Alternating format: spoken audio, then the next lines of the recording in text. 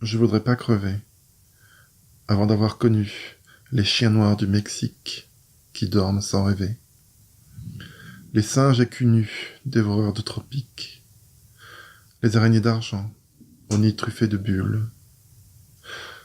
Je voudrais pas crever sans savoir si la lune, sous son faiseur de thunes, a un côté pointu, si le soleil est froid, si les 4 saisons ne sont vraiment que 4, sans avoir essayé de porter une robe sur les grands boulevards, sans avoir regardé dans un regard d'égout, sans avoir mis mon zob dans des coinstos bizarres.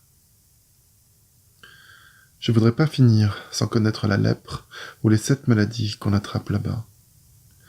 Le bon ni le mauvais ne me ferait de peine si je savais que j'en aurais les traînes. Et il y a aussi tout ce que je connais, tout ce que j'apprécie, que je sais qui me plaît, le fond vert de la mer où valsent les brins d'algues sur le sable ondulé, l'herbe grillée de juin, la terre qui craquelle, l'odeur des conifères, et les baisers de sel, que ceci, que cela, la belle que voilà, mon ourson, l'Ursula.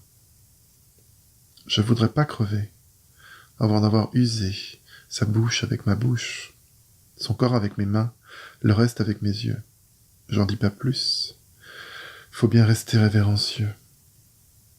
Je voudrais pas mourir sans qu'on ait inventé les roses éternelles. La journée de 2 heures, la mer à la montagne à la mer. La fin de la douleur, les journaux en couleur, tous les enfants contents. Et tant de trucs encore qui dorment dans les crânes, des géniaux ingénieurs, des jardiniers joviaux, des soucieux socialistes, des urbains urbanistes et des pensifs penseurs. Tant de choses à voir et à entendre, tant de temps à attendre, à chercher dans le noir. Je voudrais pas crever. Et moi, je vois la faim qui grouille et qui s'amène avec sa gueule moche et qui m'ouvre ses bras de grenouille bancroche. Je voudrais pas crever. Non, monsieur, non, madame, avant d'avoir tâté. Le goût qui me tourmente. Le goût qui est le plus fort. Je voudrais pas crever avant d'avoir goûté la saveur de la mort.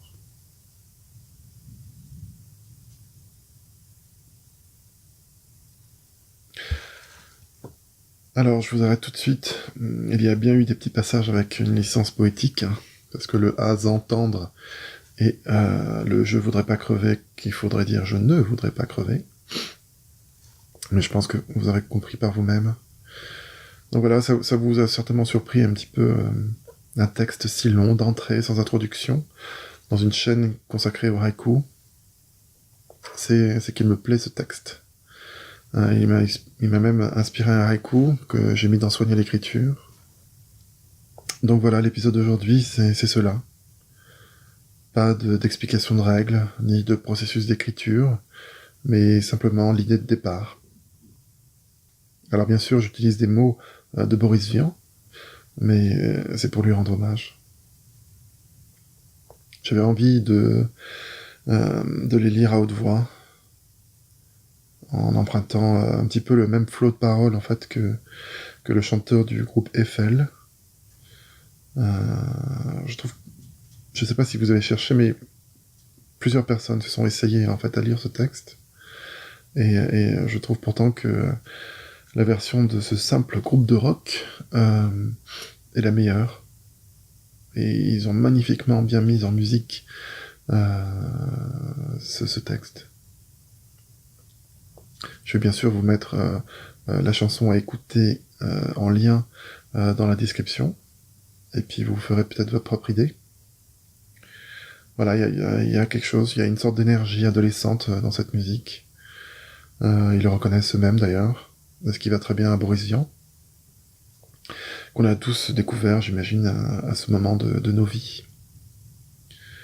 Alors voilà, une énergie qui m'a bien aidé et accompagné pendant une hospitalisation un petit peu difficile, en fait, en 2017, où j'ai failli crever, justement. Maintenant, je peux en rire, mais à l'époque, c'était pas très drôle. Donc voilà, à ce moment-là, j'étais immobilisé un petit peu sur un lit, en train de crever de chaud, avec un microscopique ventilateur, dans une canicule. Et je pouvais pas bouger, et donc bah voilà, j'avais mon téléphone avec un petit peu de musique dessus, et j'écoutais cette chanson, parfois en boucle. Voilà, ça peut vous paraître peut-être un petit peu sombre, sûrement, mais en fait, je sais pas, ça m'a calmé, ça m'a détendu, et puis après tout, il s'agit bien de pas crever, hein, et pas de l'inverse. Donc voilà, je vous rassure, ça va beaucoup mieux aujourd'hui. Et voilà, puis je peux vous donner ce petit brin d'information. Si jamais vous avez envie de vous faire une bonne septicémie, évitez les périodes de canicule. Voilà, j'ai une idée pour le prochain épisode qui sera certainement beaucoup plus légère. Mais bon, c'est un petit peu bébête, je sais pas si je vais oser. On verra bien. Qu'importe. En attendant, je vous souhaite à tous une excellente année 2019, avec bien sûr une bonne santé et une belle écriture. À vos haïkus, et à dans 15 jours.